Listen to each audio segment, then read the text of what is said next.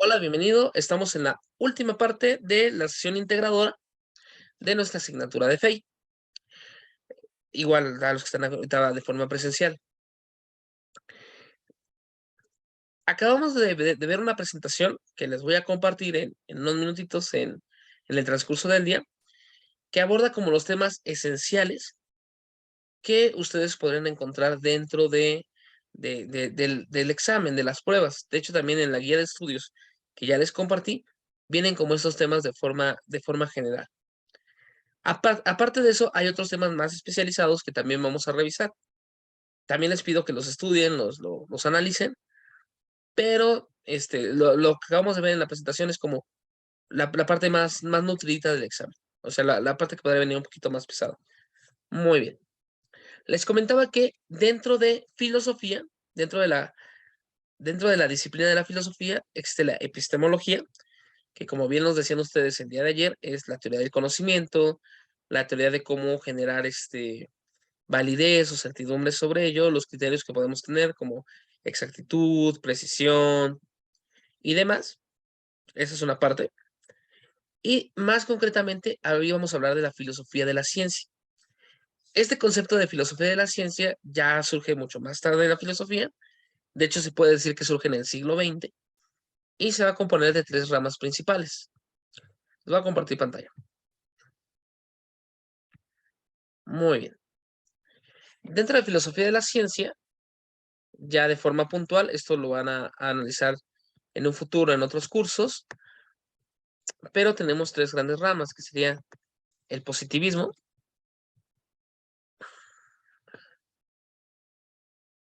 tenemos al positivismo, permítanme, ok, tenemos al positivismo, también tenemos al falsacionismo,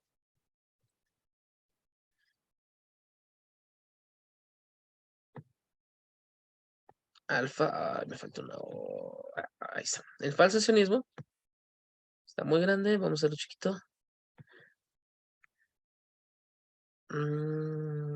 está para hacerlo chiquito, aquí está, tenemos el falsacionismo y también tenemos el constructivismo.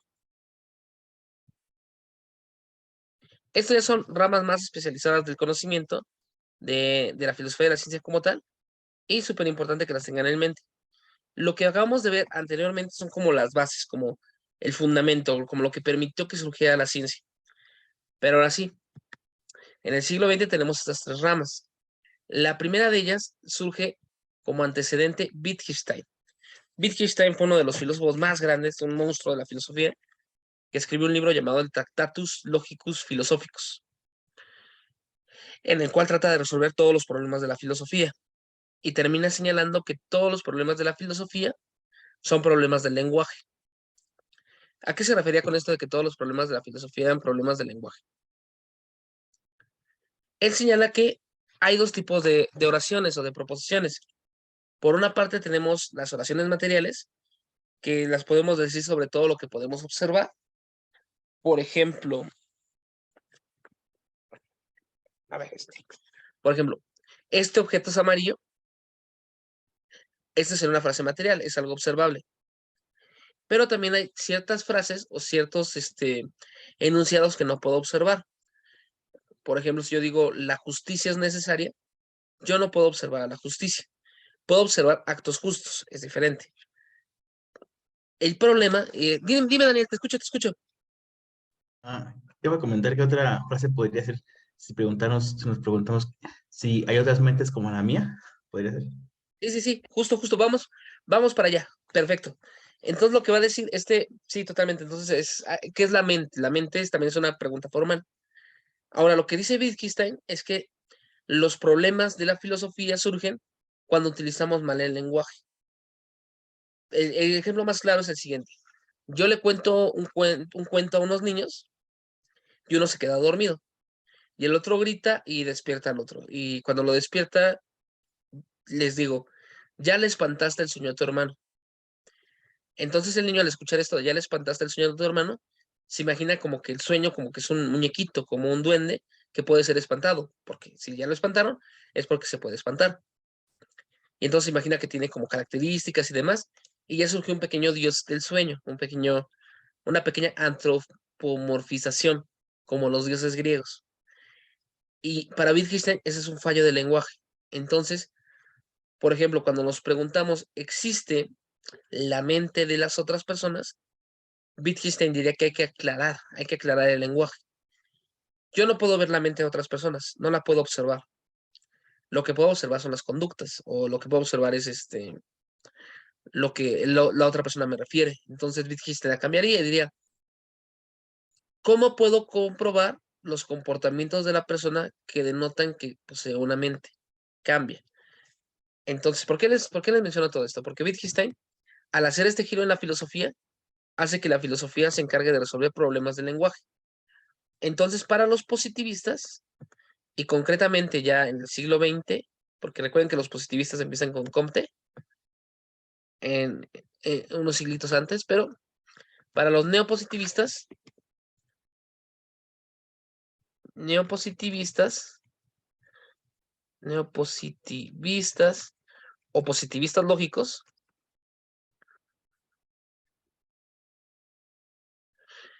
el verdadero problema de la filosofía es eliminar la metafísica, eliminar las frases sin sentido.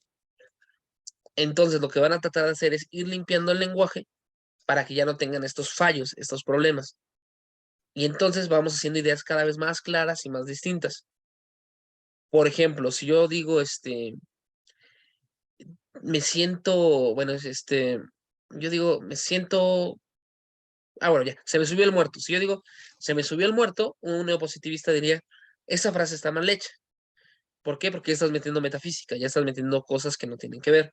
En vez de eso, vamos a analizarlo de otra forma y vamos a decir, he sufrido un fenómeno en el cual el cuerpo, no, en que la mente, que el cerebro, que la parte consciente del cerebro despertó antes que el cuerpo y por eso siento que se durmió. Entonces, para los neopositivistas, para los positivistas lógicos,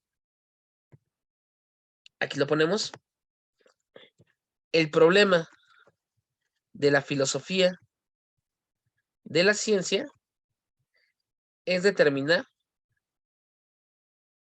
qué enunciados son científicos.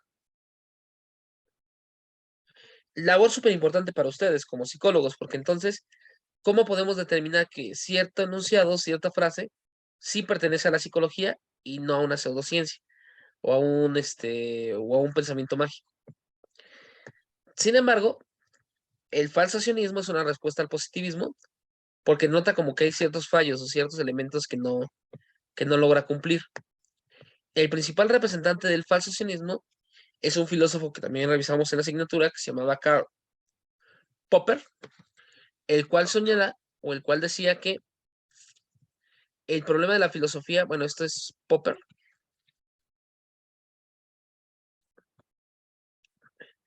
y Karl Popper lo que señala es que la filosofía no se va a encargar de evaluaciones metafísicas, sino que se va a encargar de demarcar. Por demarcar nos referimos a poner límites a lo que es ciencia y lo que no es. De hecho, Popper es el creador del concepto de pseudociencia. Elementos o propuestas que parecen científicas, pero que en el fondo no lo son. Entonces aquí ya tenemos como un criterio más exacto. La filosofía de la ciencia ya no se va a encargar como solamente de ver qué enunciados son válidos dentro del sistema, sino qué es lo que hace que una propuesta o una teoría sea científica. Súper importante para ustedes. ¿Por qué? Porque si de repente llega alguien diciéndome que quiere leer las constelaciones familiares, quiere ver mis chakras, quiere analizar mi horóscopo para saber cuál es mi influencia psicológica, Popper va a decir, ok, vamos a someterlo a pruebas científicas, al método científico, a la experimentación, a la validez, y si tu horóscopo, tu constelación familiar pasa las pruebas, lo denominamos ciencia. Si no, sería una pseudociencia o pensamiento mágico, que no hay problema, nada más que no tendría el estatus de ciencia. Súper importante para ustedes porque, por ejemplo, el DSM-5 u otros tipos de elementos como el CIE-10 tienen esta validez que han sido validados a través de un proceso de prueba y error. Entonces, no es que ustedes nada más estén aconsejando por aconsejar, sino que hay un fundamento que les permite avanzar. Y por último, en el constructivismo, aquí es bastante amplio, pero nosotros lo abordamos desde la postura de Thomas Kuhn. Y lo que nos decía Kuhn es que el conocimiento es una construcción social. Entonces, al ser el conocimiento una construcción social, la noción de verdad, falsedad y todos estos elementos van a depender del contexto de referencia. Es decir, para Kuhn, la ciencia normal la determina la sociedad y las problemáticas que le interesan.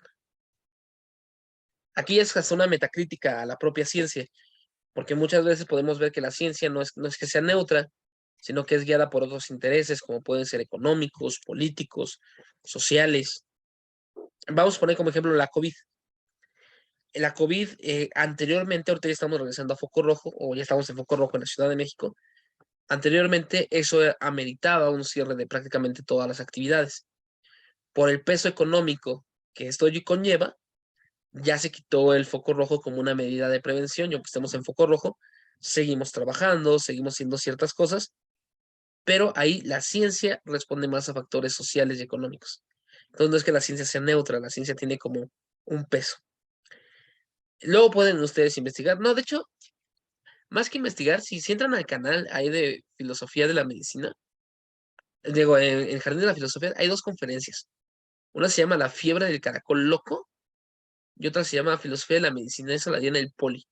Pero aquí trata como de todo este problema de las enfermedades sociales. Van a ver, por ejemplo, la cara de bicicleta o la esquizofrenia rusa, que son como elementos bien, bien curiosos de la medicina. Pero bueno, hasta ahí duran los temas de nuestra asignatura. No sé si tengan dudas, preguntas. Es un poco esto que el constructivismo es un poco lo que hicieron, por ejemplo, psiquiatras y psicólogos para determinar que el homosexualismo no era una enfermedad, sino ahora sí que se juntaron y determinaron que era un efecto que tenía el ser humano, ¿no? Sí, totalmente. Muchas gracias, Ramiro. Cuestiones como la homosexualidad, como el que una mujer pueda trabajar o no pueda trabajar, son cuestiones directamente sociales. Entonces, muchas veces la sociedad determina lo que es la enfermedad y lo que no. ¿Saben qué? Les voy a compartir algo. Es rapidísimo, no me tardo nada. Y seguimos. Miren, hay una enfermedad que se llama drapetomanía. ¿Ya les he hablado de la drapetomanía? ¿O no? No. Ok, No. miren. La drapetomanía es esto. Era una enfermedad. La drapetomanía era una enfermedad. Aquí tenemos al autor y todo. Salía en revistas médicas. Aquí está, miren. Esta es la revista médica en la que salió. Este es el autor norteamericano, 1851, o sea, siglo XIX. ¿Y en qué consistía la drapetomanía? Ah, bueno, la drapetomanía era la enfermedad que le daba a un esclavo negro por querer ser libre. Si de repente veías que tu esclavo como que quería ser libre, que ya no le gustaba que le pegaras, cosas así, lo que hacían, lo que provocaban era castigar al esclavo. Se le latigaba, se le cortaba un dedo o elementos de este tipo para que aprendiera la lección. Es decir, había manuales de medicina que te enseñaban cómo castigar a tu esclavo para curarlo. Pero bueno, eso ya son cuestiones más de filosofía de la medicina que de los temas que ahorita nos atañen, pero por ahí les comento. Ok, ¿dudas, preguntas, chicos, sobre los temas de la asignatura? No, pues muy bien. Va Ok. muy bien. Sobre la experiencia de aprendizaje, la actividad integradora. Les recuerdo, es una línea del tiempo en la cual van a desarrollar los avances o los contenidos de la asignatura desde los griegos hasta la época moderna para que vean como el desarrollo lineal que ha tenido la filosofía en un primer momento y en el segundo que desarrollan una propuesta de intervención. Nos decía Daniel ayer que si podía tomar la ética o alguna otra disciplina. Adelante, de hecho, si ustedes revisan, dentro de las instrucciones dice que pueden guiarse a través de la filosofía, de la ciencia, de una pseudociencia o o creo que el pensamiento mágico, el chamanismo. Yo, si quieren hacerlo desde la filosofía, adelante, no le veo ningún problema. De hecho, me parece una buena intervención. También lo pueden hacer desde la ciencia. Si lo van a hacer desde las pseudociencias o desde el chamanismo o el coaching, adelante, pero justifíquenlo muy bien, ¿ok? Piensen que voy a utilizar criterios rigurosos, verificación, validez, para poderlo revisar y cotejar. Ahora, hay un apartado bien interesante dentro de la experiencia que dice que no lo trabajen como parte de la psicología social. ¿Por qué? El bloque pasado, llevaron una materia de psicología social o algo así, ¿no? Estamos La llevando llevamos psicología en este social. bloque, profe. Ah, ok, ok. Llevamos en este bloque. Y también Bien, estamos gracias. llevando investigación cualitativa. Ok, perfecto, bien. ¿Por qué ponen ese énfasis en que no sea un aporte desde la psicología social? Porque ya están viendo psicología social en una materia, entonces desde allí van a practicar esa parte. Desde esa parte, búsquenlo de otra forma, desde el psicoanálisis, la sociología, la antropología, la ética, la mayéutica, algún otro aporte para que no se repita como el mismo tema y puedan explorar otras líneas de investigación. Antes de que se vayan, ya les he comentado esto, pero se los vuelvo a comentar, ¿ok? Porque todavía me sigue pasando mucho. Miren, en el sistema APA, que es el que utilizamos para citar trabajos y demás, es importante que cada vez que ustedes tomen un texto de algún autor, siempre que tomen información de un autor, de internet, de un libro o de cualquier fuente, coloquen la cita correspondiente. ¿A qué me refiero con esto? Vamos a ver. Yo vengo aquí a internet y me interesa la filosofía de Sócrates. Ok, me interesa ese tema. Entonces yo veo y digo, bueno, primero Wikipedia no la pueden citar, ¿verdad? Porque como cualquiera la puede editar, no es una fuente confiable. Entonces, para nada vayan a citar Wikipedia en sus trabajos. Es que como cambia tanto, no es una fuente fiable. Pero yo veo esta página, ¿no? Me gustó y se llama filosofía.org. Y aquí viene una definición de filosofía. Yo digo, ah, ok, esto me gustó. Entonces yo lo tomo, lo copio y lo pongo por acá. Y ya después sigo escribiendo yo, ¿no? A ver, perdón. Y ya después yo sigo escribiendo. Si hacen eso, se denomina plagio o se denomina deshonestidad académica. ¿Por qué? Les explico, no es que sea una payasada. Lo que pasa es que si ustedes hacen esto, cuando una persona los lea, va a ver que dice el filósofo idealista de la Grecia antigua, adversario del materialismo, va a pensar esa persona que ustedes lo escribieron. Porque como no viene ninguna nota o referencia, van a creer que ustedes lo escribieron. Es como si están en una reunión de amigos y de repente su amigo cuenta una anécdota que a ustedes les pasó y todos se ríen pensando que a él le pasó. Pues es como feo, ¿no? Entonces, para evitar esto, siempre que utilicemos información de otro autor, inmediatamente después, aparte de poner la bibliografía del final, inmediatamente después van a abrir paréntesis, ponen el autor. Si, por ejemplo, en este caso no tiene un autor como tal, normalmente van a tener autores los artículos y demás, pero si, por ejemplo, en este caso no tienen un autor, ponemos el nombre de la empresa, que sería filosofía.org, y el año de publicación. Muchas veces las páginas de internet no tienen fecha de publicación. En ese caso, ponemos la fecha de consulta, que sería 2022. Y ya, de esta forma, cuando yo lea el trabajo, voy a saber que eso no lo dijeron ustedes, sino que lo dijo alguien más. Yo voy a decir, ah, ok. Y ya voy a entender que están citando a otra persona, lo cual es totalmente válido. Sin ese pequeño detallito puede causar complicaciones, y no solamente en mi asignatura, sino en general, en el mundo académico les puede generar muchos conflictos. Ya ven que hasta tanto en Perú como en México hemos tenido presidentes que han caído en esto y es feo, ¿no? Entonces, para que lo tengan muy presente. También piensen esto, van en primer semestre, ¿ok? Y una gran parte de su labor profesional va a ser escribir. ¿Por qué les digo esto? Los invito a que se arriesguen a escribir por su cuenta, o sea, traten de tomar citas, pero traten de escribir lo que ustedes piensan, lo que ustedes creen. Mientras antes lo empiecen a hacer, antes van a poder ver cuáles son sus errores de escritura y van a mejorar. Y sinceramente, para mí en lo personal, yo prefiero un texto que tenga alguna falta de ortografía, o que tenga alguna falta de coherencia, o que tenga algún problema de redacción, hecho por ustedes, que un texto muy bonito de otro autor. Porque a mí lo que me interesa es que ustedes mejoren su escritura, su redacción y ver cómo están comprendiendo los temas. Entonces, aunque tengan algún errorcito, yo prefiero eso. Pero bueno, ¿dudas, preguntas sobre la actividad integradora? Sí, yo, profesor, buenos días. Hola, hola, dime.